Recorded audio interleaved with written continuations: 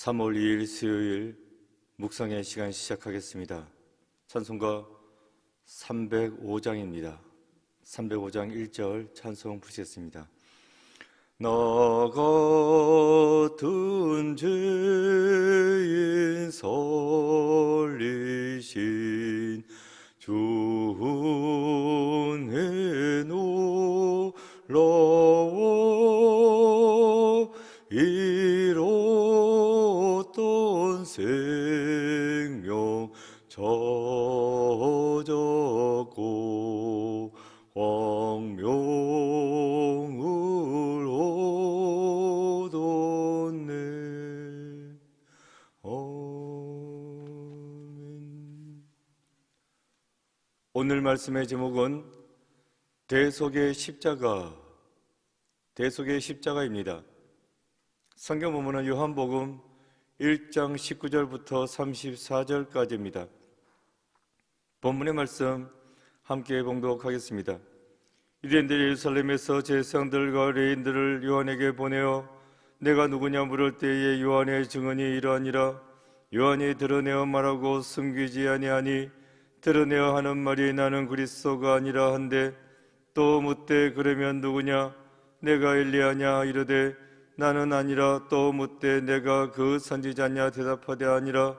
또 말하되 누구냐? 우리를 보낸 이들에게 대답하게 하라. 너는 내게 대하여 무엇이라 하느냐? 이르되 나는 선지자 이사야의 말과 같이 주의 길을 걷게 하라고 광야에서 외치는 자의 소리로라 하니라. 그들은 바리새인들이 보낸 자라. 또 물어 이르되 내가 만일 그리스도도 아니요 엘리야도 아니요 그 선지자도 아닐진데 어찌하여 세례를 베푸느냐? 요한이 대답하되 나는 물로 세례를 베풀거니와 너희 가운데 너희가 알지 못하는 한 사람이 섰으니 곧 내 뒤에 오시는 그이라. 나는 그의 신발끈을 풀기도 감당하지 못하겠노라 하더라. 이 일은 요한이 세례 베풀던 곳 요단강 건너편 베다니에서 일어난 일이니라. 이튿날 요한이 예수께서 자기에게 나오심을 보고 이르되 보라, 세상 죄를 지고 가는 하나님의 어린 양이로다. 내가 전에 말하기를 내 뒤에 오는 사람이 있는데 나보다 앞선 것은 그가 나보다 먼저 계심이라 한 것이 이 사람을 가리킴이라. 나도 그를 알지 못하였으나 내가 와서 물로 세례를 베푸는 것은 그를 이스라엘에 나타내려 함이라 하니라. 요한이 또 증언하여 이르되 내가 봄에 성령이 비둘기같이 하늘로부터 내려와서 그 위에 머물렀더라. 나도 그를 알지 못하였으나 나를 보내어 물로 세례를 베풀라 하신 그이가 너에게 말씀하시되 성령이 내려서 누구 위에든지 머무는 것을 보거든 그가 곧 성령으로 세례를 베푸는 이인 줄 알라 하셨기에 내가 보고 그가 하나님의 아들이심을 증언하였노라 하니라. 아멘. 묵상을 위한 질문. 주님의 십자가를 따라가는 순례의 길에 함께할 준비가 되었습니까? 깊은 묵상의 시간입니다. 오늘이 제의 수요일이 되겠습니다. 사순절 시작하는 날입니다. 제의 수요일. 여기서 제란, 불타보고 남은 것을 말하는 겁니다. 불타고 남은 죄. 구약에서 죄는 회개를 상징합니다. 왜 그래요? 죄를 뒤집어쓰고 기도를 했기 때문입니다. 아무 때나 죄를 뒤집어쓰지는 않았습니다. 회개할 일이 있을 때, 특별히 회개기도 할 때는 죄를 뒤집어쓰고 기도했다. 그래서 죄는 회개를 상징하는 것입니다. 사순절은 제의 수요일부터 고난주간까지 주일을 뺀 40일을 말하는 것입니다. 그 40일 동안 예수님을 묵상하자. 특별히 예수님의 고난, 그 고난을 묵상하고 그 고난의 자리에 함께 하자는 것입니다. 그래서 말하는 것도 먹는 것도 삼가 조심해야 합니다. 주님이 고난 당하셨는데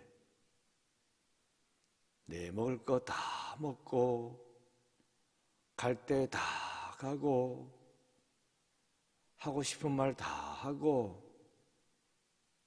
그렇게 살 수는 없지 않겠습니까? 절제하자. 조심하자. 그럼으로써 예수님의 고난에 동참하자는 겁니다. 그럼으로써 그 고난의 길에 그 고통의 자리에 함께하자 하는 것이 사순절이 되겠습니다. 우리가 갖고 있는 사순절 묵상지, 사순절 시작하는 오늘 제의 수요일부터 이번 주 토요일까지 제목이 있어요. 통전적 십자가의 길 묵상. 그러니까 수목금토 이 3일은 십자가에 대해서 한번 생각해 봅시다. 묵상해 봅시다. 하는 말씀을 해주고 있는 것입니다. 첫날인 오늘은 그 묵상의 제목이 대속의 십자가. 십자가의 의미는 대속입니다. 이것을 이야기해 주고 있습니다. 먼저 32절입니다. 요한이 또 증언하여 이르되 내가 보매 성령이 비둘기같이 하늘로부터 내려와서 그의 위에 머물렀더라. 이것은 예수님이 세례받는 장면을 묘사해 주고 있는 것입니다. 요단강에서 세례 요한에게 세례를 받았습니다. 그때에 성령이 임하였다. 그 성령은 특별히 비둘기의 모습이었다. 이렇게 말씀해 주고 있어요. 그러면서 묵상집에서 이야기해 주고 있습니다. 메시아, 이에 대해서 유대인들은 다윗 왕과 같은 정치적 군주, 이런 모습을 생각했었다고. 하지만 예수님에게서 나타난 메시아의 모습은 힘있는 정치적인 군주가 아니었다고. 평화를 상징하는 비둘기의 모습이었다. 이렇게 세례 요한이 증언하고 있습니다. 그러면서 묵상집에 나왔죠. 비둘기는 가난한 자의 예물이다. 왜 이렇게 말했어요? 희생제물을 드릴 때에 주로 양입니다. 아니면 염소를 드리기도 하고 또한 소를 바치기도 했습니다. 소 가격이야 엄청난 거지만 양이나 염소도 절대로 싼 가격이 아닙니다. 그래서 이걸 예물로 드리기가 쉽지 않습니다. 가난한 자라고 예물을 안 드려도 되는 거 아니거든요. 그런데 양을 드리자니 힘이 딸리고, 그래서 어떻게 했습니까? 그러면 비둘기를 드려라. 그래서 비둘기가 가난한 자의 예물이다. 힘 있는 자가, 재물 있는 자가, 권세 있는 자가 비둘기를 예물로 드릴 일이 없습니다. 가진 게 있는데 뭐하러 비둘기를 드리겠습니까? 양을 드릴 수 없는 형편이니까, 소를 드릴 수 없는 형편이니까 비둘기라도 드리는 것입니다. 예수님께서 세례받는 모습 가운데에서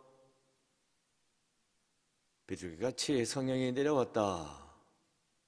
그것은 권세 있는 모습, 힘 있는 모습, 그러한 통치의 모습이 아니었다. 화평을 이야기하고 평화를 상징하는 것입니다. 그런데 이 비둘기가 구약 성경에서 또한 회복을 상징하기도 합니다. 어디서 그런 모습이 나타나냐? 노아의 홍수 사건에서 모든 땅이 물에 잠기지 않았습니까? 홍수로 인하여. 그때 이제 물이 빠졌나? 땅이 회복되었나? 한번 알아보라고 해서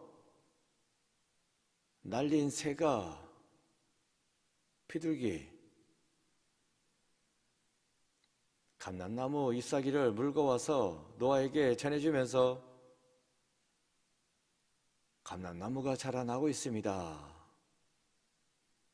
물이 빠져나가고 땅이 회복되었습니다. 하는 것을 알려준 것이 비둘기입니다. 그래서 비둘기는 회복을 상징하기도 합니다. 이렇게 평화의 상징이요, 회복의 상징인 그 비둘기가 세례받는 가운데 예수님 머리 위에 내려왔다. 이것은 곧 예수를 통하여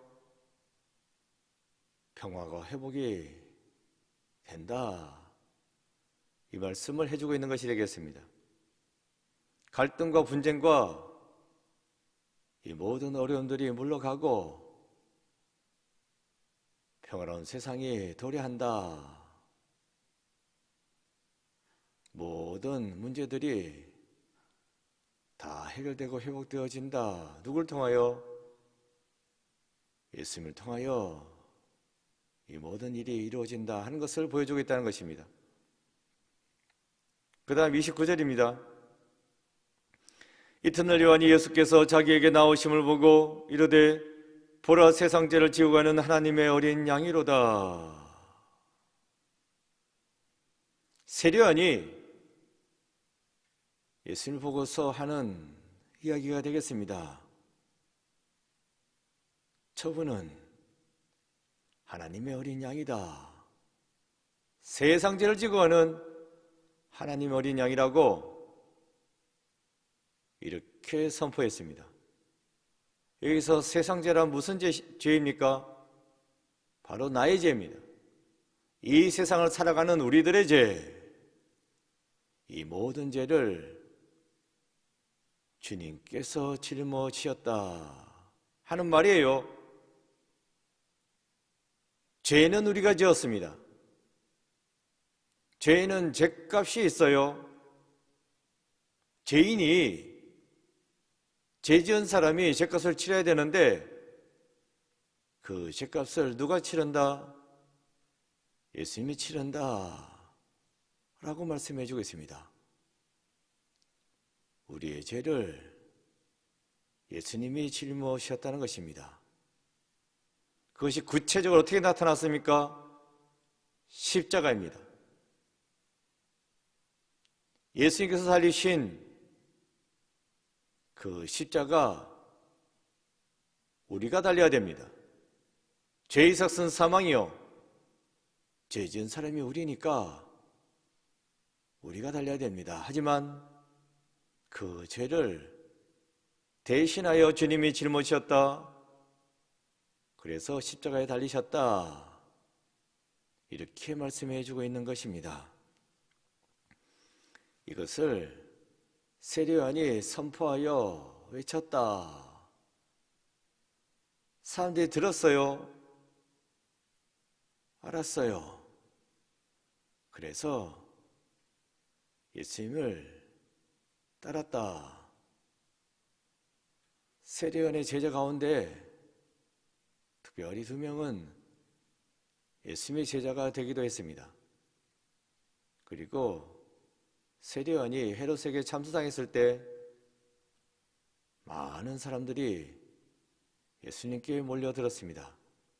크게 5,000명을 먹이신 기적의 이야기입니다. 여기서 말씀드리고자 하는 것은 세례요한의 이야기를 허투루 듣지 아니하고 마음 깊이 새기고 사람들이 따랐다는 것입니다. 우리도 오늘 성경 말씀을 통해서 들었습니다. 알았습니다. 그러면 주님의 뒤를 따라가야 합니다. 묵상을 위한 질문에 나왔죠. 주님의 십자가를 따라가는 순례의 길에 함께할 준비가 되었나요? 주님의 그 십자가의 길, 주님이 대속하셨으니까, 주님이 대신 짊어지겠다 하셨으니까 뭐 잘 짊어지고 가시겠지, 바라만 보고 있을 것이 아니라 따라가야 한다라고 성경은 말씀해 주고 있습니다. 그 십자가의 길 따라가셔야 합니다. 고난의 길인데, 힘든데 그걸 왜 따라가 생각할 수도 있겠죠. 하지만 분명한 것은 십자가의 길을 가야지 부활의 길에 들어설 수 있습니다. 영생을 누리고 싶습니까? 부활하여 영원한 생명의 길에 들어서고 싶습니까? 그렇다면 십자가의 길을 걸어가셔야 됩니다. 십자가의 길을 걷지 아니하고 부활 영생에 이룰 수는 없는 것입니다. 예수님께서도 십자가의 잔, 그 잔을 마시기 힘들었으나 그러나 순종하여 마셨기에 아버지의 곁에 다시 앉을 수 있었습니다. 죽어야 사는 겁니다. 그런 거로 우리는 십자가의 길을 걸어가야 합니다. 그냥 죽는 길이 아닙니다. 죽지만 다시 사는 길이 십자가의 길입니다. 십자가, 내가 달려야 하지만 주님이 나를 대신하여 달려주셨습니다. 이것을 믿는 것이 믿음의 출발입니다.